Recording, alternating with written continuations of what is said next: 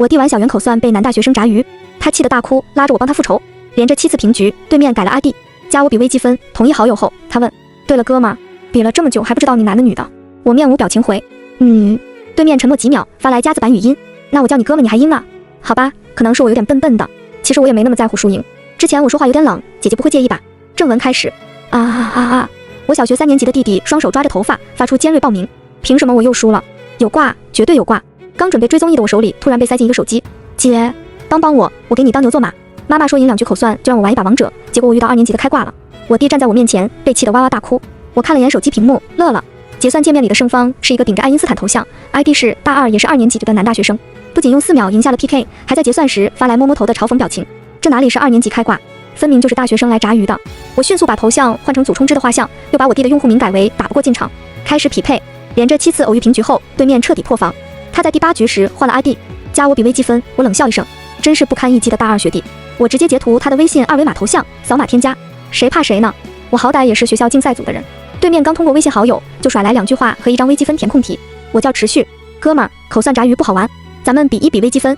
我几分钟算完答案，拍照发过去，也毫不客气的嘲讽：天才只是来见我的门槛，你也就能跟小学生比比智力了。暂时不考虑收徒。持续沉默，持续正在输入中，持续再次沉默。他好像被我气疯了。这天之后，他每天都会给我发送各种提醒，试图和我一较高下。有时候到了饭点，还会特意问一句：吃了吗？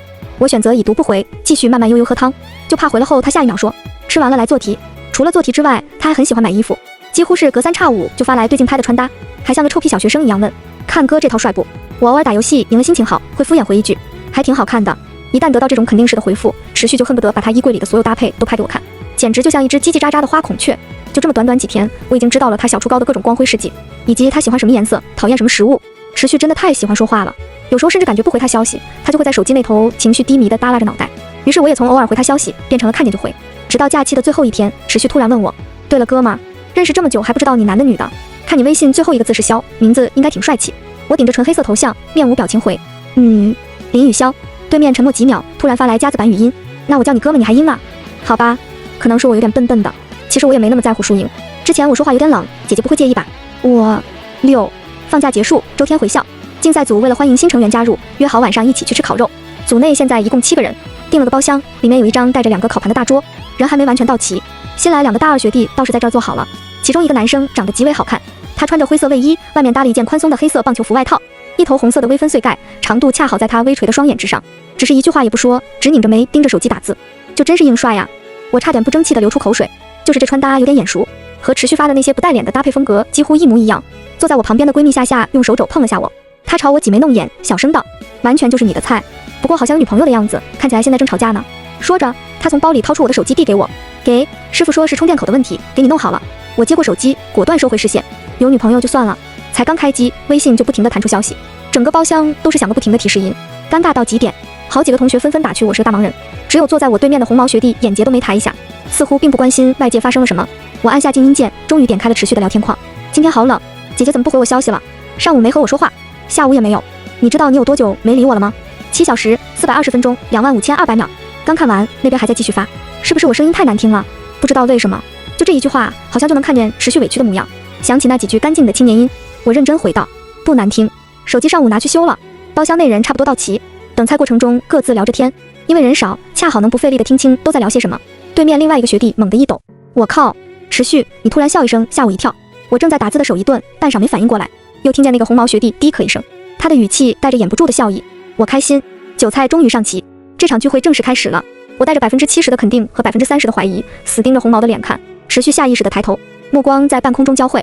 我和他就这么突然的对视了5秒，持续率先移开视线，若无其事的低头吃了块肉，一副我对你不感兴趣，生人勿扰的模样。下一秒，我的手机收到消息，持续察言察语，聚会上有个学姐一直盯着我看，这是什么意思呢？根据我对她的了解，明显是想让我夸她帅气。如果放在半小时前，我估计会顺着这个小学鸡的话说，但现在我忽然想逗一下她。那你觉得她长得好看吗？只见持续飞快地瞥了一眼我，又低头回复：好看，但不是我喜欢的类型。可以不喜欢我这种类型。没等我说什么，组长突然端起酒杯站起来，来，大家还没好好欢迎2位新同学呢。组长用手掌指着他俩挨个介绍，这是刘浩然，这是持续，都是大2的学弟，未来会和我们一起参加各种竞赛。友好的掌声响起，组长转向我，又介绍，这是我们的副组长。我弯了下唇角，仍然看着持续道：你好，我是林雨潇。持续瞳孔猛地一震，手里的杯子差点没拿稳。他努力让自己显得镇定，但问出口的话依旧结巴。是哪几个字？我对上他震惊万分的眼眸，想起他前几天告诉我，他从小到大都不怎么喜欢看文章和背古诗。我把嘴角的笑意强压下去，然后碰了下他的杯，故意答道：吴风仍默默，不语亦潇潇。持续沉默，持续一头雾水，持续坐回位置，拿起手机打字搜索。只见他微低着头，耳朵渐渐红得跟他的发色一样，还挺可爱的。我端起水杯慢慢喝，遮掩自己忍不住上翘的嘴角。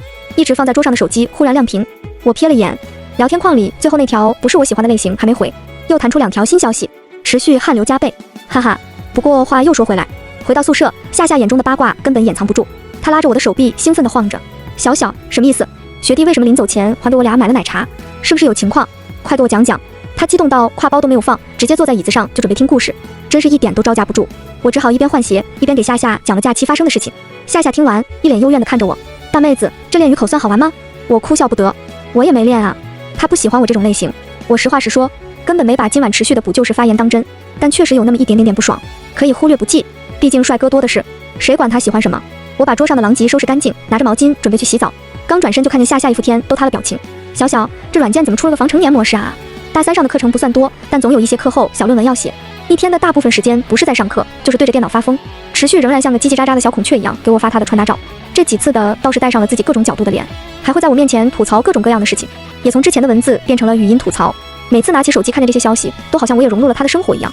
这天周五到竞赛教室，夏夏还是一副活人微死的状态。好啦，我捏捏他的小圆脸，安慰道：等会儿陪你去趟寺庙求姻缘。求什么姻缘？一旁沙发上忽然冒出一顶红毛，我和夏夏这才发现教室里还有个人。持续抬手扯下蒙在脸上的毯子，伸手揉了揉头发，动作软绵绵的。我也会算，要不要我顶俩看看？夏夏眼睛一亮，直接被忽悠过去。他拉着我搬了个板凳坐在旁边，伸出手掌给持续。持续皱眉端详，你下雨是不是喜欢打伞？夏夏没反应过来，认真答：是。持续接着忽悠，你喜欢吃甜的还是酸的？夏夏感觉有点不对劲，甜的。持续点头，那你是一个下雨喜欢打伞喜欢吃甜的小女孩。下一位小小学姐。夏夏忍无可忍，直接一个飞踹，我滚你的！我忍俊不禁，池大师我就不算了。持续故作高深的摇摇头，我不用看就知道，你的姻缘3步之内必有答案。我和夏夏还是去一趟寺庙吧。慈云寺里有一棵巨大的连理枝，是2棵树的枝干合生在一起，被当地人称为相思树，据说已经有300多年的树龄了。树上枝繁叶茂，上面挂满了红色祈愿带，用来祈求姻缘。微风吹过时，坠着的木牌沙沙作响。夏夏临时有事走的时候，还拜托我帮他带球10串手链。于是现在变成了我和持续2个人站在树下的小摊前面面相觑。我指着摊位上的手链问：这一串要多少钱？老板笑眯眯道：不讲钱，讲元，只要888元。持续，你说多少？老板伸出手比了一个8，耐心重复：888元，还可以一人选1串做成情侣手链，长长久久，永结同心。我撇撇嘴，这老掉牙的话术，只有恋爱脑才会上当。没想到转头一看，刚才还对价格大吃一惊的持续，现在居然在认真挑选。他一本正经地掏出手机，就要点开扫码付款。老板笑得眼睛都睁不开了。姑娘小伙也是郎才女貌，一看就是很恩爱的。您2位要哪一串啊？我急忙拉起持续的手，面无表情道：要走。怪不得老板笑那么开心，这一日不开张，开张吃3年，再多来几个恋爱脑，简直就是衣食无忧了。我牵着持续一边走一边说道：888，我都可以在蜜雪冰城组织泼水节，连喝带泼了。人不能因为尊严连钱都不要了，脸丢了没人知道，钱丢了可就真丢了。持续耳根红透，连声应着：好好，知道了。听着他敷衍的回答，我顿住脚步，刚想说话，就听见我手机响起提示音：支付宝到账8888元，支付宝到账8888元。我差点没听清，拿起手机一看，发现是持续给我转的。你给我转钱干嘛？持续耳朵红红，还含糊不清地说：反正都是求姻缘。我没听清什么。持续扭头看向别处，一副若无其事的样子。没什么。我又问：为什么转2次？持续财大气粗，单数不好看。我深吸一口气，好，很好，拳头硬了。我就这样牵着持续绕了这棵连理枝半圈。这半边的树下挖了个许愿池，里面放着许多锦鲤，在池底游来游去。持续还花40块钱买了2块带着红绸带的木牌。他递给我一个，不知怎么有些紧张。他们说要往树上扔，扔得越高，愿望就越容易实现。我看了眼手里的小木牌，在系住绳子的连接处有一朵栩栩如生的小桃花。持续拿起一旁小红桌上的笔，给了我一支，一起写。我想了想，许下心愿：荣华富贵，日复一日，年复一年。写完，瞄准树梢，奋力一抛，只见木牌稳稳当当地挂在了树梢，但那一朵小桃花却意外地从树上飘落，在半空中不停地打着旋儿。我下意识出声：啊，我的桃花！就在它快要落入池塘的时候，持续向上轻轻一跳，那朵飘忽不定小桃花就这样被他紧紧握在了手中。一时间，我耳边只剩下木牌被风吹响的哗哗声。下一秒，寺庙红钟被敲响，檀香混着面前人身上淡淡洗衣液的味道钻入我的鼻腔。持续朝我伸出手，眼神张扬得意：你的桃花！临近下午5点，我和持续准备回校。寺庙离学校不远，坐地铁只要3个站就到了。这班车的座位坐满了人，还有一些乘客稀稀疏疏地站着。我和持续也站在车厢门口，看着窗外的风景聊天。准确的说是持续单方面话多。他说：“你知道吗？中国有句古话叫，有句古话说得好，你知道石头有多硬吗？坚若磐石。”他还能自问自答。我憋着笑，转头准备看一眼是哪个站，没想到这一眼直接让我头皮紧绷。左边有个穿着黑色上衣，还有些秃头的中年男人，正目不转睛地盯着我看。他上下扫视打量我，偶尔还露出迷之微笑，让我浑身不适，有一种被冒犯的感觉。我紧紧捏住手机，下意识地往持续身边走了2步。持续察觉到了异样，他宽大的右手放在我肩膀上，恰好给我形成了一个特殊的保护圈。怎么啦？持续声音没有刚才聊天那么吊郎当，明显变得严肃了。我没有说话。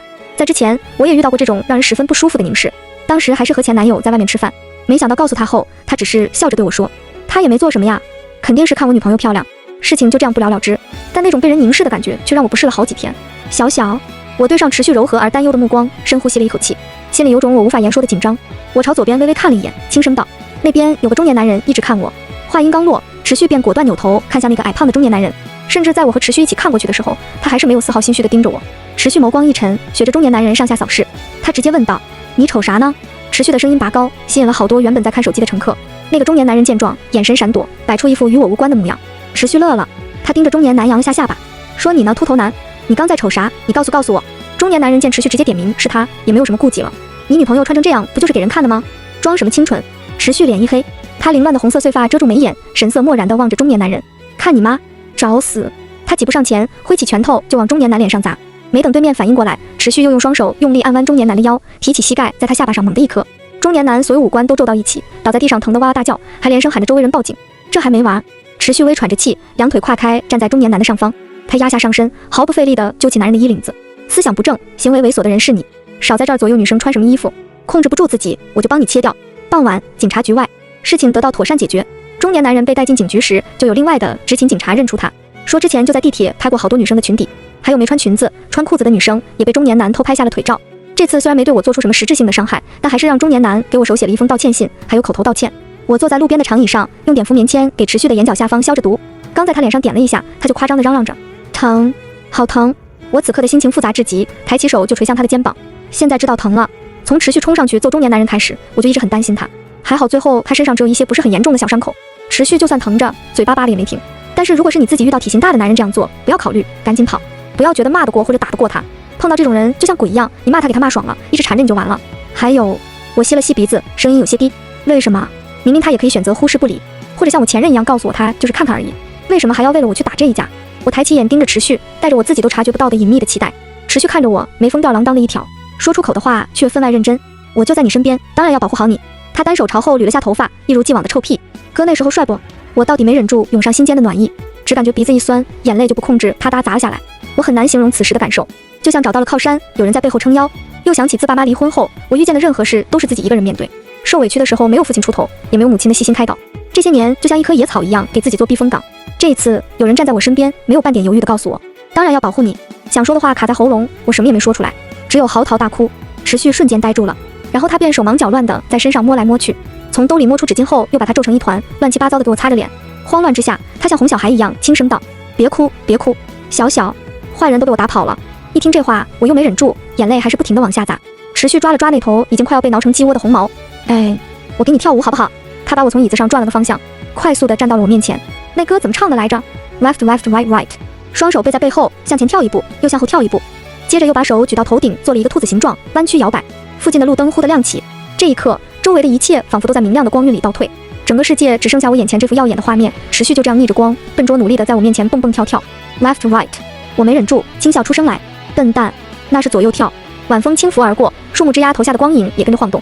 持续撑着膝盖，双眼像月牙一样朝我笑着，管他怎么跳，你的开心最重要。见他也在笑，我的嘴角也情不自禁地慢慢上扬。安静的空间里有一种不明不白的东西在蔓延，空气中充斥着若有若无的暧昧。持续清晰的喉结不自觉微微滚动了一下，他忽然抬手扶住我的脸，用大拇指擦去我脸上的泪痕。我不想你哭，看见你流眼泪，我感觉心都揪起来了。我感受着他手指的温度，脸颊和耳尖好像也染上烫意，心里像被他的手指一点，一圈圈涟漪荡漾开来，越来越大。我垂着眼睫，鼓起勇气开口，要不……话还没说完，身后突然跑来4、5个竞赛组的人，大声嚷嚷道，哪里？那个臭流氓在哪里？刚准备再靠近我一点的持续，在这里，行了吗？就这样，最后又变成了一大桌人一起吃晚饭。要我说，就应该再多揍他几下。我们学校好多女同学都说遇见过他。别提了，恶心。组员们还在讨论那个中年男人，持持续坐在我身边，拿着手机噼里啪啦的打字。你刚刚想说什么？我看了眼现在的情况，感觉不太合适。没什么，傲娇版持续又上线了。哦，我也没有很想知道，无所谓的，我可没有自作多情。我憋着笑，转头看他，持续耷拉着脑袋，正没精打采的给我发消息。我从包里把那朵小桃花找出来，在桌底下悄悄递给他。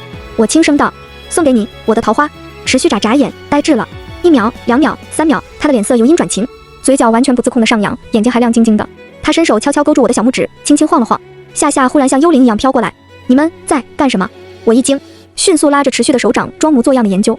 我帮持续看手相呢。夏夏冷哼一声，直接看透我，好拙劣的借口。那边组长喝了几杯酒，又想玩游戏，他招呼着大家，我们玩个折手指游戏，每个人伸出5根手指，依次说出自己经历过的事，只要其他人没有经历过，就折下1根手指。相反，如果大家都经历过，说出这个事的人就折1次。先折完的人就要喝下这一大扎啤酒。但和普通版不一样，我们讲小时候的事。他率先示范。我小时候在老家过年，捡了地上白色的条状物，以为是粉笔，还能写字。后来被家人发现，告诉我那是风干了的狗屎，够狠。我们纷纷折下手指。轮到夏夏，我小时候被爸妈骂，我不敢顶嘴，跑进自己房间，披头散发的假装自己疯了，还发誓以后再也不会笑，让他们后悔。夏夏环视一周，发现大家都经历过，只有自己认输，折下1根手指，凭什么？一轮的结尾，终于轮到持续。他想了想，道：“我小时候喝水，装作在喝白酒。组内成员没有人折下手指，全都经历过。”持续不可置信，他那股不服输的劲儿又上来了。我小时候喜欢对着电风扇说话唱歌，还喜欢用饮料瓶盖模仿古人喝水。我还在我妈茶房的时候装睡，结果真的睡着了。最后的最后，持续一脸不服气的折下全部手指，组长哈哈大笑。持续同学小时候是个很大众的小朋友嘛，不过酒就不用喝了，让我们一起举杯感谢今天的大功臣。之后的几天，我又开启了忙碌模式。我实在想不通，明明上课也没讲什么内容，为什么还有这么多课后作业？直到最后卡着的时间点，提交完各种形式的作业后，才算松了口气。我习惯性地点开持续的聊天框，却意外地发现今天没有任何消息。我犹豫了2秒，发送，好无聊。没想到刚发送出去，持续就弹了个电话过来，他的声音闷闷的：“你只有无聊的时候才会想到我。”我有些怔然，好像最近确实是太忙了一些，连他分享的日常有时候都忘了回。愣神间，他又开口说：“姐姐，他们都说你段位高，在玩我。”这2句听起来更低落了。我已经能脑补出他垂着眼，委委屈屈的模样，我心软得一塌糊涂，嘴上还是不自觉地拉扯了一波。你也这么觉得吗？当然不是。持续立即否认。我坏心思又起，故意问：“如果是真的呢？”电话那头静了几秒，他哑声答：“那你能不能玩我一辈子？求你。”他语气放得很低，似乎是把所有自尊都放下了。我忍不住笑了，好笨，怎么我说什么就信什么？我放软了声音说道：“其实那天我想问你，要不咱俩在一起试试吧？”说完，持续足足有8、9秒没反应过来，好一会儿他才一边说一边尝试组织语言：“那你我们……”我笑着接过他不完整的话：“那我们周末见。”刚挂电话，一直在旁边激动偷听的夏夏终于可以放声尖叫：“啊！宝宝，你怎么能这么勇？”他在屋子里走来走去，像是在沉思什么。半晌，只听他突然道：“不行，从今天开始，你每天做全套护肤，还得擦身体乳。持续那边肯定有军事出招，咱们也不能落下。”当晚，那边寝室里被称为军事的刘浩然连着发了几条朋友圈。室友挂完电话一直傻笑，需要送急诊吗？他真的疯了，大半夜冲出去绕着操场跑了好几圈。我室友问我和女生去游乐园玩什么能拉近距离，我想他问错人了，我更想知道怎么约女生去游乐园。和持续正式确认恋爱关系的第一场约会是在游乐场，他停好车后让我坐在一旁的甜品店里，自己去排了20分钟的队。选择这种约会场所很保险，可以说是90%都不会踩雷。但我真的没想到，进园的第一站就是鬼屋。持续牵着我，十分淡定地往里走。这个鬼屋更偏向于中恐程度的密室逃脱，主题是废弃的实验室。实验室里各种器械杂乱一片，病床上还躺着被绷带层层包裹的假人。昏暗的灯光下，地板呈暗红色，晃眼一看时，像遍地都是血迹。我连连点头，做得还挺逼真的。持续站着病床旁，鼻子里哼哼一声，不过如此，早知道选中恐了。小小，你要是害怕，就躲在我身后。